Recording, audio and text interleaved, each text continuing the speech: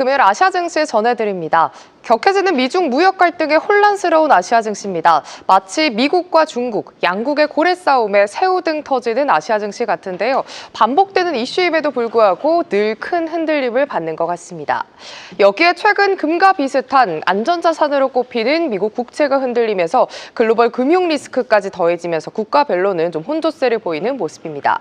이에 도쿄 증시의 매도 물량이 쏟아지면서 지수가 강한 하방 압력을 받고 있습니다.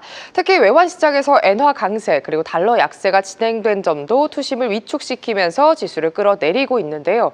오늘 시총상의 종목들, 특히 대형주 위주로 약합니다. 소니가 9% 넘는 하락세, 또 은행주들의 급락세까지 오늘 조금 힘겨운 도쿄 증시입니다. 이 시각 현재 낙폭을 조금 더 키워가네요. 4% 넘게 하락하면서 33,200선을 하회하고 있습니다.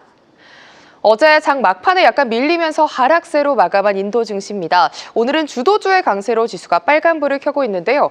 눈에 띄는 sek터는 바로 금속입니다. 달러 약세로 인해 철강, 구리 같은 금속이 외국인 구매자들에게 더 저렴해지면서 수요가 증가했고요. 인도 금속주단의 매수세가 강하게 들어오면서 증시를 견인하고 있습니다.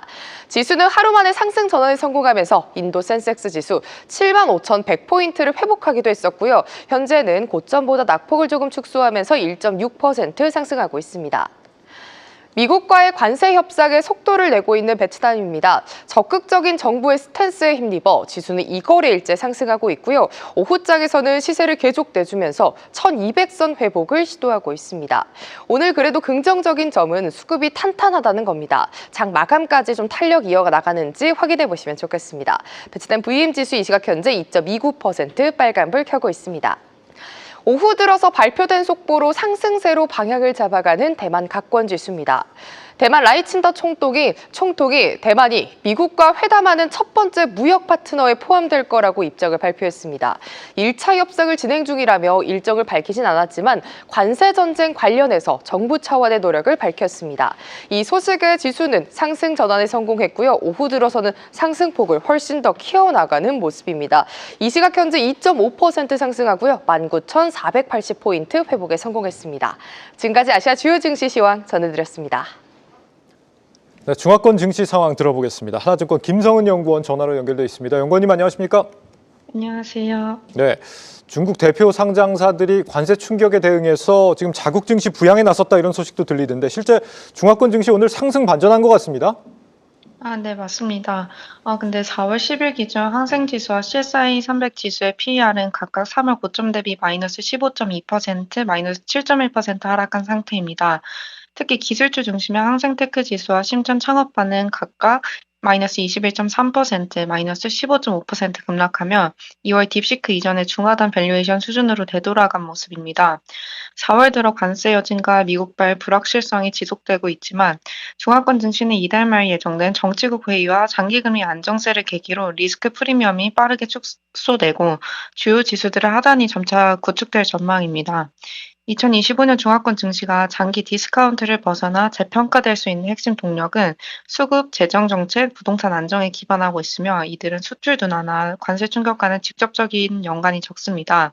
동시에 내수와 산업 사이클은 지난 3년 이상 조정을 거치며 바닥을 다졌다는 점에서 현재 주가랑 밸류에이션 조정은 단기적으로 충분한 수준에 도달했다고 보고 있습니다. 네, 이 미중 간 관세 치킨 게임이 문제인데요. 이 145% 관세가 실제로 부과가 된다면 중국 경제 타격이 어느 정도나 될 걸로 예상하세요? 물론 보복 관세가 강화되는 추세는 중국 수출에 부정적인 영향을 줄 수밖에 없습니다. 다만 수출 기업들의 완충 요인도 함께 감안할 필요가 있습니다. 이러한 점들을 고려할 때 저희는 2025년 중국 전체 수출이 연간 기준으로 약 7에서 10% 수준 감소할 가능성이 있다고 보고 있습니다. 이로 인해 실질 GDP 성장률은 약 1에서 1.3%포인트 정도 둔화될 수 있고 생산자 물가 역시 최대 1.5%포인트 하락할 여지가 있습니다. 현재 중국의 재정적 자유를 감안할 때 이러한 충격을 상쇄하기에는 다소 부족한 수준이고 4월 말 정치국 회의를 계기로 추경 논의가 본격화될 가능성이 있습니다. 연중 재정 정책의 추가 확장 역시 필요하다고 판단됩니다.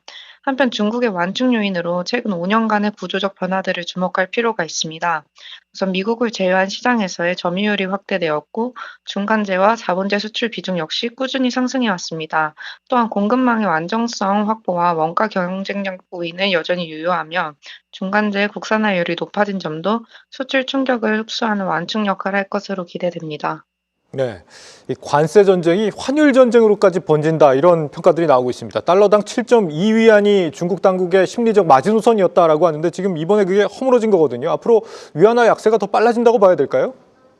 네, 우선 단기적으로는 위안화의 변동성이 다소 확대되고 7.2위안에서 7.4위안 수준의 등락 흐름이 예상이 됩니다. 미국이 중국을 제외한 국가에 대해 90일간 관세 부과를 유예한 상태지만 중국은 2분기에 선보복과 부양, 후 협상 기조를 유지하고 있어서 양국 간 보복 조치 철회가 쉽지 않은 상황입니다. 이에 따라 위안화는 자체적인 약세 압력을 받고 있습니다. 또한 미국의 금리 상승 가능성과 중국의 장기 금리 하락 압력 역시 단기적으로 위안화의 부담 요인으로 작용하고 있습니다. 다만 인민은행은 가능한 한 방어적 기조를 유지하며 환율 안정을 도모할 것입니다. 중기적으로는 변동성이 점차 축소되면서 연말까지는 7.15에서 7.32한 수준에서 안정될 가능성이 높다고 보고 있습니다. 먼저 미국과 중국의 전략이 환율 측면에서 직접 충돌하고 있지는 않습니다. 중국은 내수 부양과 증시 안정, 장기금리 견인 등을 목표로 하고 있고 미국은 제조업과 달러 약세, 관세 전략을 추진 중입니다. 따라서 구조적인 환율 갈등은 제한적입니다. 또한 미중 간의 협상이 하반기에 본격화될 가능성이 있습니다. 반드시 빅딜이 아니더라도 소규모 합의를 통해 관세가 점진적으로 축소된다면 이는 위안화에 긍정적인 영향을 줄 수 있습니다. 이 외에도 중국의 내수 부동산 장기금리가 2025년 N자형 반등이 유효하다는 점, 2022년에서 2024년 축적된 중국 기업들의 달러 자산이 2025년부터 환전 수요로 전환되고 있다는 점도 환율에 우호적으로 작용할 것이라고 생각합니다. 네, 용원님 오늘 말씀 여기까지 드리겠습니다. 말씀 잘 들었습니다. 감사합니다. 네, 하나증권 김성은 연구원과 함께했습니다. 계속해서 다양한 경제 이슈를 알고 싶다면 구독과 좋아요, 알림 설정 부탁드립니다. AI 캐스터 권미정이었습니다.